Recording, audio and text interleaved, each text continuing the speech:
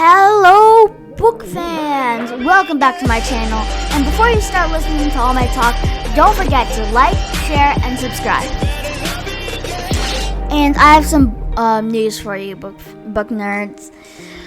I will be posting every 2 to 3 weeks on Wednesday, 4 to 5 p.m. Eastern Time. And last video, I think we ended off at Polonus Act 1, Scene 3, so that's where we are going to be starting. Lately, he has told me he loves me, Ophelia admitted, looking down as a blush rose in her cheeks. "You are naive," her father exclaimed. "Do you believe him?"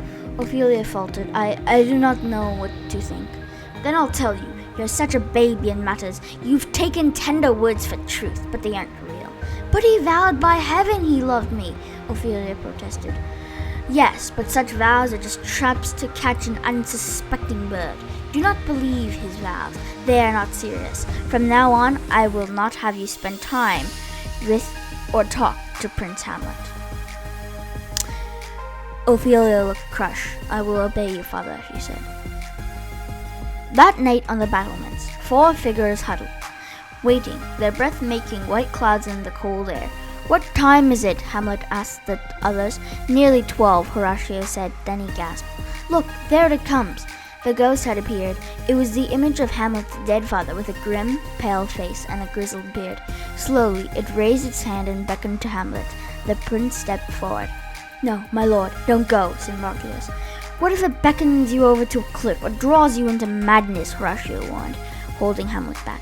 Marcellus grabbed him too. "Unhand me," Hamlet ordered. "My life's worth no more than a pin to me." Breaking free from their grasp, he followed the ghosts.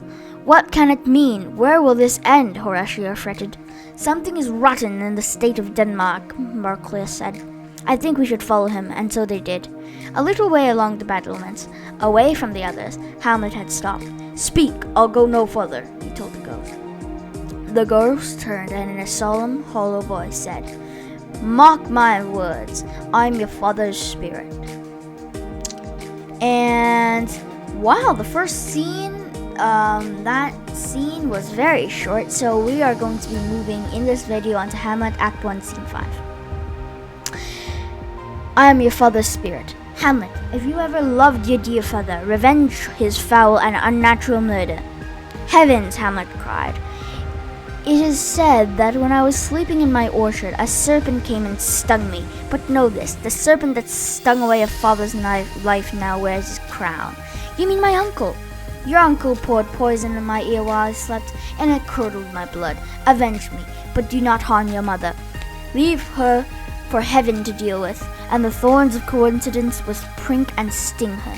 I do, Hamlet, remember me." Fading, the ghost drifted away. Horatio and the others rushed out to the dock and surrounded Hamlet. My lord, what happened?"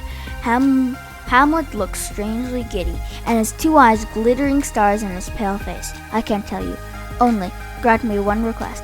Never make known what you have witnessed here tonight." "Swear!" came a chilling voice beneath them. They all jumped with fright. It was the ghost's voice. "Swear it by my sword!" Hamlet cried, and they all swore. "Oh, this is wondrous strange," Horatio declared. There are more things in heaven and earth, Horatio, than we can ever dream of," Hamlet replied. "From now on, however strange or odd my behavior, you are not to comment in any way that reveals you know something of its cause." They all swore not to reveal a thing. The men trooped back inside. Hamlet followed, his thoughts weighing on him heavily. From that moment, Hamlet has much changed. He wandered round the castle corridors, one moment joking and laughing, the next frowning and muttering wild, whirling words. He stared into space and jumped when he was spoken to. Sometimes he didn't even recognize people. Polonius tried to talk to him, but Hamlet first called him a fishmonger, then asked whether he had a daughter. Of course, everyone knew Hamlet and Ophelia had been close. Rumors spread that the prince had lost his mind. king and queen were worried. Claudius summoned two of Hamlet's childhood friends, Rosencrantz and Guildenstern, and asked them to keep an eye on the prince. If they could, they were finding out what would trouble him. When they found him, Hamlet gave his old friends a warm welcome. "Friends," he cried, "what brings you to this prison?" Rosencrantz and Guildenstern exchanged glances. "Prison? Denmark's prison," Hamlet replied. "Then the world's one too," replied Rosencrantz. "Yes," Hamlet agreed blankly, "with many dungeons inside, Denmark being one of the worst. So what are you doing here?" "Visiting you," said Rosencrantz. Thank you," said Hamlet. "Did you come of your own free will, or were you sent for?" The one look at their faces told him the answer. "I see," said Hamlet with a grimace. "Well, I'll tell you why you were sent for. I have of late, I do not know why, lost all joy of my life. In fact, my heart is so heavy that the whole beautiful earth seems to me like a barren rock, heavenly sky like a foul cloud of smoke, and man, how angelic, how godlike, nothing but a pile of dust. Nothing delights me anymore." He stopped, noticing Rosencrantz squirming. "What is it?" "We met a theater troupe along the way and told them to come. We hoped to cheer you up," Rosencrantz replied. Hamlet gave him a bright, brittle smile. He had always loved the theater, and he asked about the group. They were still discussing them when the actors themselves were shown in by Polonius. "Welcome," Hamlet cried, rushing to shake their hands. As he listened to their plan to perform a play at the court that evening, an idea came to you. "Could you, if need be, learn an extra scene that I will write to put in the play?" he asked. "Yes, my lord," said the lead actor. Hamlet nodded. "I'll give it to you later." The actors continued into the castle, and Hamlet took his leave. Once alone, his seemingly cheery mood drifted away. "I must be a coward, or I'd have avenged my father's death by now," he thought bleakly. "Yet how can I act on a ghost's word alone? It might have been the devil to come tempt me to do evil, but now I have a plan.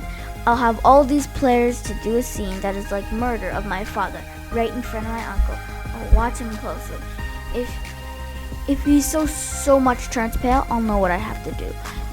The play's the thing. Now I'll catch the coincidence of the king." When the king quizzed Rosencrantz and Guildenstern, they admitted that they hadn't found the cause of Hamlet's turbulent moods, but old Polonius was convinced he had the answer. A few days earlier, Ophelia had come to him quite shaken. She had told him Hamlet had burst into her room. Pale and trembling, he had seized her arm, stared at her face as if to fix it in her memory, then edged out of the room without saying a single word. "He is clearly mad with love," Polonius concluded to the king. So Claudius decided to test out Polonius's theory. They told Ophelia to walk around reading a prayer book until Hamlet should come by. Then she should return to the love letters he had given her. They would hide and watch his reaction. Reluctantly, Ophelia took the prayer book thrust into her hands, while his father and the king rushed off to hide. When Hamlet came along, he was so lost in thought he did not notice Ophelia. Paler than ever and agitated, he ran his fingers through his hair, pacing up and down. Hamlet was thinking grave thoughts indeed. He was thinking about suicide. To be or not to be, that is the question. Is it better to soldier and to suffer what fate brings, or fight against it and end all your troubles?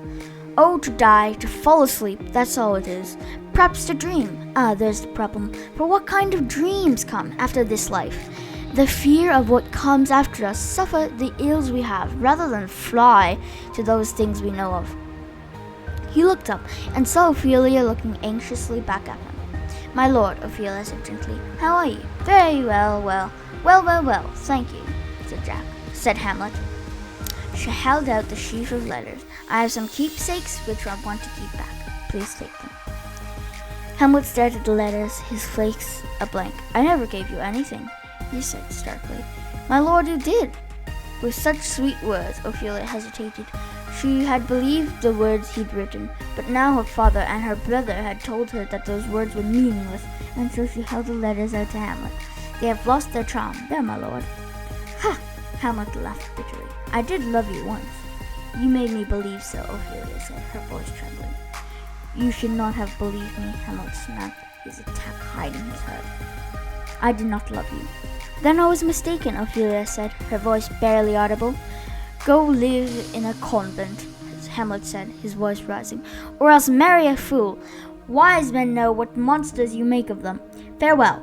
He rushed away, leaving Ophelia still holding the letters. Ophelia broke down in tears. What was happening to Hamlet? He seemed so preoccupied, so different, so strange. She couldn't bear to see it. Help him, sweet heaven. His mind is overthrown. And then we shall be moving on into Hamlet, Act 3, Scene 1 in the next video. Alright, book nerds, thanks for watching. Have a heads up for the next video. Subscribe, share, and like. Thanks.